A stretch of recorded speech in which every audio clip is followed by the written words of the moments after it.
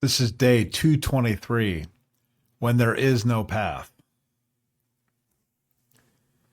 There's a lot of talk and theory about taking one path or another. The road less traveled, the straight and narrow, the shortest path first. We are taught to follow the map, read the signs, and keep ourselves aligned to true north. But what do you do when there is no path? Last year I went on a backpacking expedition into a wilderness area. For the most part, there was a trail to follow. However, there were moments when it completely disappeared, washed out by a river or swallowed by overgrowth from the previous spring. We found ourselves perplexed, scrambling around trying to rediscover the way. For about an hour, we tried a few different directions, each one ending in a dead end. Eventually, I decided to take a break. I sat by the river to enjoy the view, eat lunch, filter some water, and dry my socks on a rock. While watching water skimmers drift along the current, I had a sudden realization. What if there is no path at all? That thought led me to a deeper consideration. Maybe all this emphasis on staying on the path is a flawed advice in the first place. Who says the existing path is the right one? Who says the people who marked the trail even knew what they were doing? We put a lot of blind faith in whoever carved out the original way. Shouldn't we stop and question that? I realized that we could have had just as good as time staying where we were. We could have explored, set up camp, and simply just enjoyed ourselves. We could have meandered down the river and discovered whatever came our way.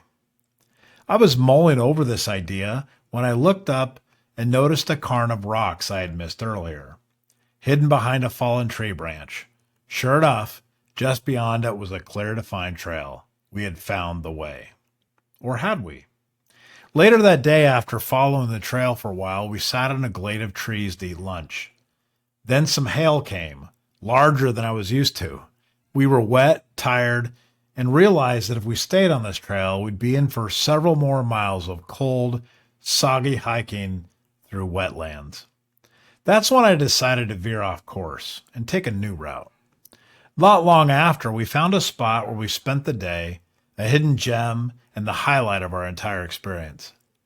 Maybe we don't need to be heading somewhere all the time. Maybe the experience is the destination.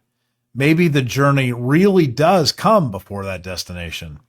Instead of constantly trying to clarify the path, perhaps we should consider what we're doing while we're on it. I'm on a path now, and I keep thinking that one day I'll reach the end and everything will magically and finally fall into place. But what if there is no end? I think that's probably the truth of it.